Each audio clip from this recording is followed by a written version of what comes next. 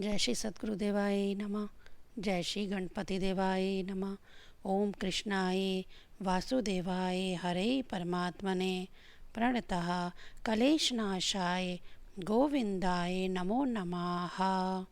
श्रीमद्भागवत महापुराण दशम स्कंद 64वां अध्याय नृग राजा की कथा। श्री सुखदेव जी कहते हैं, प्रिय परीक्षित, एक दिन शाम प्रघुमन, चारुभानु और गद आदि यदुवंशी राजकुमार घूमने के लिए उपवन में गए। वहाँ बहुत देर तक खेलते हुए उन्हें प्यास लग गई। अब वह इधर उधर जल की खोज करने लगे। वह एक कुएं के पास गए। उसमें जल तो था नहीं। एक बड़ा विचित्र जीव दिख पड़ा। वह जीव पर्वत के समान आकार का एक गिरगिट था। उसे देखकर उनके आश्चर्य की सीमा न रही। उनका हृदय करुणा से भराया और वह उसे बाहर निकालने का प्रयत्न करने लगे। परंतु जब वे राजकुमार उस गिरे हुए गिरगिट को चमड़े और सूत की रस्सियों से बांधकर बाहर ना निकाल सके, तब कौतूहलवश उन्होंने यह आश्चर्य में वृत्तांत भगवान श्री कृष्ण के पास जाकर निवेदन किया। जगत के जीवनदाता कमलनयन भगवान श्री कृष्ण उस कुएं पर आए। उसे देखकर उन्होंने बाएं हाथ से खेल खेल में अनायास ही उसको बाहर निकाल लिया। भगवान श्री कृष्ण के कर कमलों का स्पर्श होते ही उसका गिरगिट रूप जाता रहा और वह एक स्वर्गीय देवता के रूप में परिणित हो गया। अब उसके शरीर का रंग तपाए हुए सोने के समान चमक रहा था और उसके शरीर पर अद्भुत वस्त्र, आभूषण और पुष्पों के हार शोभा पा रहे थे। यद्यपि भगवान श्री कृष्ण जानते थे कि इस दिव्य पुरुष को गिरगिट योनि क्यों मिली थी, फिर भी वह कारण सर्वसाधारण को मालूम हो जाए, इसीलिए उन्होंने उस दिव्य पुरुष से पूछा, महाभाग, तुम्हारा रूप तो बहुत सुंदर है, तुम हो कौन? मैं तो ऐसा समझता हूँ कि तुम अवश्य ही कोई श्रेष्ठ देवता हो। कल्याण मूर्ते, किस कर्म के फल से तुम्हें इस योनि में आना पड़ा था? वास्तव में तुम इसके योग्य नहीं हो। हम लोग तुम्हारा वृत्तांत जानना चाहते हैं। यदि तुम हम लोगों को वह बतलाना उचित समझो तो अपना परिचय अवश्य दो। श्री सुखदेव जी कहते हैं, परीक्षित, जब अनंत मूर्ति भगवान श्री कृष्ण ने राजा नृग से इस प्रकार पूछा, तब उन्होंने अपना सूर्य के समान ज्वल्यमान मुकुट झुकाकर भगवान को प्रणाम किया और वह इस प्रकार कहने लगे। राजा नृग ने कहा, प्रभु, मैं महाराजा इक्ष्वाकु का पुत्र राजा नृग हूँ। जब कभी किसी ने आपके सामने दानियों की गिनती की होगी, तब उसमें मेरा नाम भी अवश्य ही आपके कानों में पड़ा होगा। प्रभु, आप समस्त प्राणियों की एक एक वृत्ति के साक्षी हैं। भूत और भविष्य का व्यवधान भी आपके अखंड ज्ञान में किसी प्रकार की बाधा नहीं डाल सकता। अतः आपसे छिपा ही क्या है? फिर भी मैं आपकी आज्ञा का पालन करने के लिए कहता हूँ। भगवान, पृथ्वी में जितने धूलि कण हैं, आकाश में जितने तारे हैं और वर्षा में जितनी जल की धाराएं गिरती हैं, मैंने उतनी ही गौएं दान की थी। वह सभी गौएं दुहार, नौजवान, सीधी और सुंदर, सुलक्षणा और कपिला थी। उन्हें मैंने न्याय के धन से प्राप्त किया था। सबके साथ बछड़े थे। उनके सींगों में सोना मढ़ दिया गया था और खुरों में चांदी। उन्हें वस्त्र, हार और गहनों से सजा दिया जाता था। ऐसी गौएं मैंने दी थी। भगवान, मैं युवावस्था से संपन्न श्रेष्ठ ब्राह्मण कुमारों को, जो सद्गुणी, शील संपन्न, कष्ट में पड़े हुए कुटुंब वाले, दम्भ रहित तपस्वी, वेद पाठी शिष्यों को विद्या दान करने वाले तथा सचरित्र होते वस्त्र आभूषण से अलंकृत करता और उन गौओं का दान करता। इस प्रकार मैंने बहुत सी गौएं, पृथ्वी, सोना, घर, घोड़े, हाथी, दासियों के सहित कन्याएं, तिलों के पर्वत, चांदी, शैया, वस्त्र, रत्न, गृह सामग्री और रथ आदि दान किए। अनेकों यज्ञ किए और बहुत से कुएं, बावली आदि बनवाए। एक दिन किसी अप्रीतिग्रही यानी कि दान ना लेने वाले तपस्वी ब्राह्मण की एक गाय बिछड़ कर मेरे गौओं में आ मिली। मुझे इस बात का बिल्कुल भी पता ना चला, इसलिए मैं अनजान में उसे किसी दूसरे ब्राह्मण को दान कर दिया। जब उस गाय को वह ब्राह्मण ले चले तब उस गाय के असली स्वामी ने कहा, ये गो मेरी है। दान ले जाने वाले ब्राह्मण ने कहा, यह तो मेरी है क्योंकि राजा नृग ने मुझे इसका दान किया है। वे दोनों ब्राह्मण आपस में झगड़ते हुए अपनी अपनी बात कायम करने के लिए मेरे पास आए। एक ने कहा, यह गाय अभी अभी आपने मुझे दी है, और दूसरे ने कहा कि यदि ऐसी बात है तो तुमने मेरी गाय चुरा ली है। भगवान, उन दोनों ब्राह्मणों की बात सुनकर मेरा चित्त भ्रमित हो गया। मैंने धर्म संकट में पड़कर उन दोनों से बड़ी अनुनय विनय की और कहा, मैं बदले में 1,00,000 उत्तम गौएं दूंगा। आप लोग मुझे यह गाय दे दीजिए। मैं आप लोगों का सेवक हूँ, मुझसे अनजान में यह अपराध बन गया है। मुझ पर आप लोग कृपा कीजिए और मुझे इस घोर कष्ट से तथा घोर नरक में गिरने से बचा लीजिए। राजन, मैं इसके बदले में कुछ नहीं लूँगा। यह कहकर गाय का स्वामी चला गया। तुम इसके बदले में 1,00,000 ही नहीं 10,000 गौएं और दो तो भी मैं लेने का नहीं। इस प्रकार कह के दूसरा ब्राह्मण भी चला गया। देवाधिदेव जगदीश्वर, इसके बाद आयु समाप्त होने पर यमराज के दूत आए और मुझे यमपुरी ले गए। वहाँ यमराज ने मुझसे पूछा, राजन, तुम पहले अपने पाप का फल भोगना चाहते हो या पुण्य का?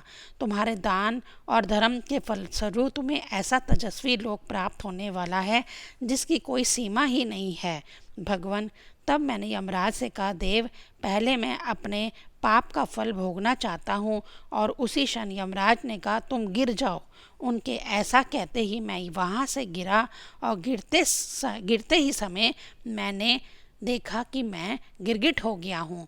प्रभु, मैं ब्राह्मणों का सेवक, उदार, दानी और आपका भक्त था। मुझे इस बात की उत्कंठ अभिलाषा थी कि किसी प्रकार आपके दर्शन हो जाएं। इस प्रकार आपकी कृपा से मेरे पूर्वजनों की स्मृति नष्ट ना हुई। भगवान, आप परमात्मा हैं, बड़े बड़े शुद्ध हृदय योगीश्वर। उपनिषदों की दृष्टि से, अभेद दृष्टि से अपने हृदय में आपका ध्यान करते हुए रहते हैं।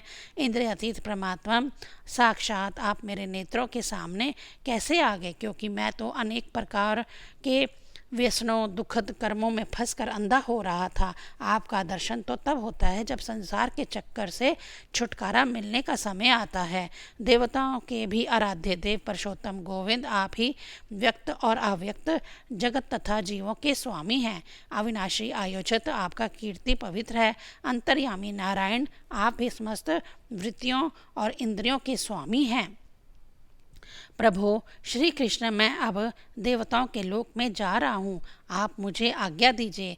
आप ऐसी कृपा कीजिए कि मैं चाहे कहीं भी क्यों ना रहूँ, मेरा चित्त सदा आपके चरण कमलों में ही लगा रहे। आप समस्त कार्यों और कारणों के रूप में विद्यमान हैं। आपकी शक्ति अनंत है और आप स्वयं ब्रह्म हैं।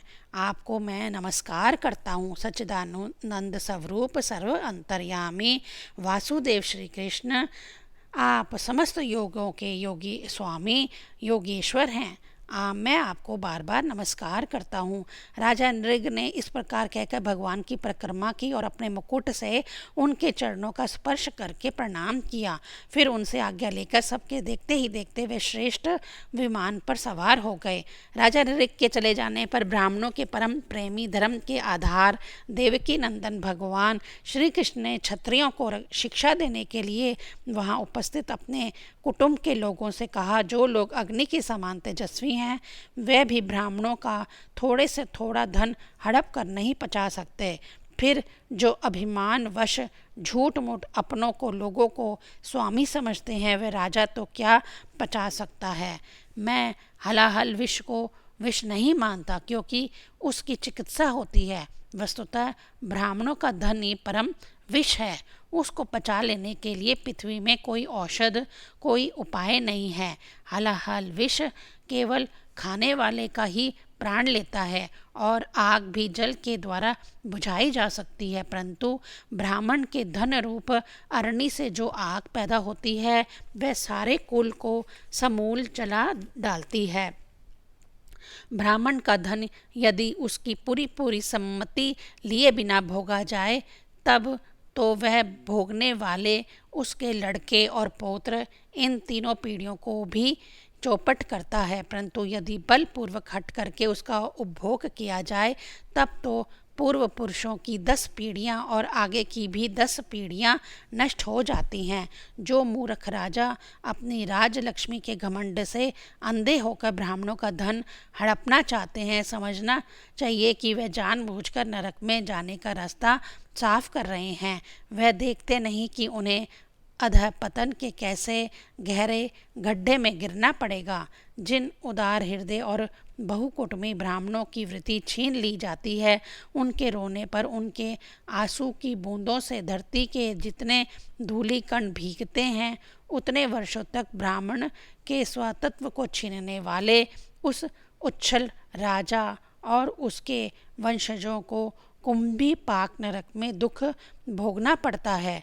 जो मनुष्य अपनी या दूसरों की दी हुई ब्राह्मणों की वृत्ति उनकी जीविका के साधन छीन लेते हैं, वे 60,000 वर्ष तक विष्ठा के कीड़े होते हैं। इसीलिए तो मैं यही चाहता हूँ कि ब्राह्मणों का धन कभी भूल से भी मेरे कोष में ना आए, क्योंकि जो लोग ब्राह्मणों के धन की इच्छा भी करते हैं, उसे छीनने की बात तो अलग रही, वे इस जन्म में अल्पायु, शत्रुओं से पराजित और राज्य भ्रष्ट हो जाते हैं और मृत्यु के बाद भी वे दूसरों को कष्ट देने वाले सांप ही होते हैं। इसलिए मेरे आत्मियों, यदि ब्राह्मण अपराध करे तो भी उससे द्वेष मत करो। वह मार ही क्यों ना बैठे या बहुत सी गालियाँ या शाप ही क्यों ना दे, तुम उन लोगों को सदा नमस्कार ही किया करो।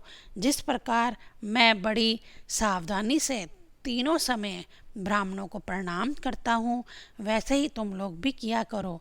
जो मेरी इस आज्ञा का उल्लंघन करेगा उसे मैं क्षमा नहीं करूँगा, दंड दूंगा। यदि ब्राह्मण के धन का भरण हो जाए और वह अपहृत धन उस अपहरण करने वालों को अनजाने में उसके द्वारा यह अपराध हुआ हो, तो भी अधःपतन के गड्ढे में डाल देता है, जैसे ब्राह्मण की गाय ने अनजान में उसे लेने वाले राजा नृक को नरक में डाल दिया था।